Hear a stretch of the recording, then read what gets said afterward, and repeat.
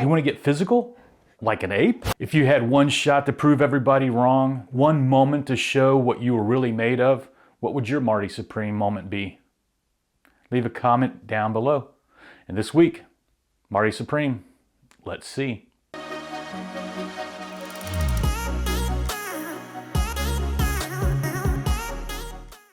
Hey everybody, welcome back to the Let's See show. Tonight we're talking about Marty Supreme, a film that opened up during a crowded box office stretch.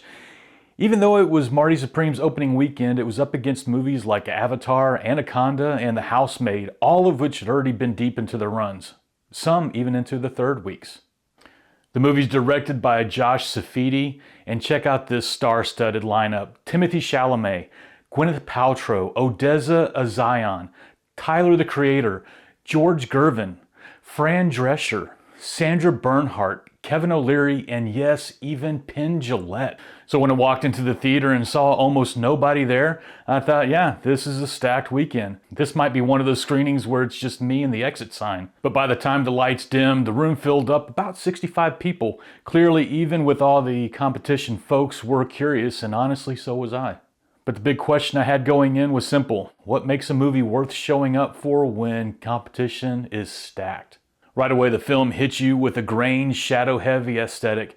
It's got an old-school edge, like something pulled from a box of forgotten reels. The music choices are bold. They drop iconic tracks that shape the emotional pulse of the film. You feel the rhythm of the story through the soundtrack as much as you do the characters. The camera work stays tight and personal. You're not watching from a distance, you're in the room, in the tension, and in the mistakes. And here's something interesting. The soundtrack comes from a different era than the story, but instead of feeling off, it creates its own rhythm, almost like the film is remixing time. And yes, this is an R-rated ride. There are some spicy moments. Consider yourself warned. Let's talk performances. Timothée Chalamet continues to prove that he's a bankable actor. I'm starting to trust the movies he's picking, and this one reinforces that. Penn Jillette shows up and delivers a surprising, memorable moment. It's quick, but it lands. And then we have the character Endo, who loses his hearing, but learns the rhythm of the game. And that there is a metaphor that needs to be unpacked all by itself. And of course, Marty, his arrogance is off-putting, intentionally so. It makes you ask, why do people actually live like this? He's a grifter, a hustler, someone who chases dreams at any cost. And watching him move through life, you start to see the pattern. Every life he touches, something breaks on both sides. This movie is loaded with themes. Confidence versus arrogance. Confidence builds, arrogance destroys. Ambition and cost, the things people will do for money and the things they won't. The ripple effect. Marty's choices don't just affect him, they pull others into the fallout. And then you have dreams and sacrifice.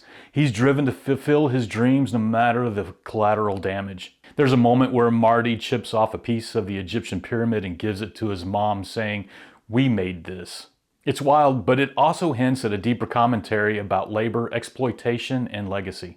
And remember, this is based on a true story. That adds weight to the chaos. Marty's story is a picture of what happens when ambition outruns character. He chases a dream so hard that he starts cutting corners, cutting people, and eventually cutting pieces off history, literally. His whole arc becomes a warning about the difference between building a life and forcing one into existence. I highly recommend this movie because it blends bold style, strong performances, and a cautionary story that sticks with you long after you leave the theater. It's a good. And all of that reminded me of Proverbs 16:18, where it says, "Pride goes before destruction and haughtiness before a fall." Marty's entire arc is a case study in ambition outrunning character. His arrogance doesn't just hurt others, it starts breaking him down within. The film shows how chasing a rival without integrity leads to a collapse. And the spiritual edge of losing pieces of yourself while trying to force a dream into existence is exactly what Proverbs 16:18 warns us about. Hey, and did you know that this film is loosely inspired by real table tennis legend Marty Risman, blending fact with Safdie's style of myth-making?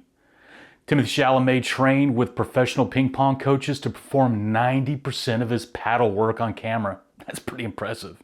The support cast includes Kevin O'Leary and Fran Drescher, one of the most unexpected pairings in any A24 film.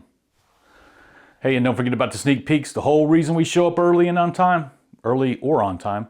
This week we got to see 28 years later, The Bone Temple, coming out January 16th. Screen 7 coming out February 27th.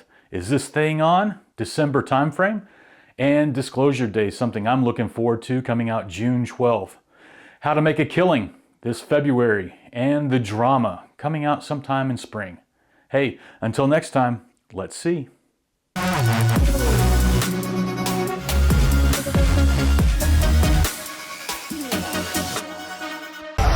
It's only a matter of time before I'm staring at you from the cover of a Wheaties box. You think it's that simple? Yeah, I do.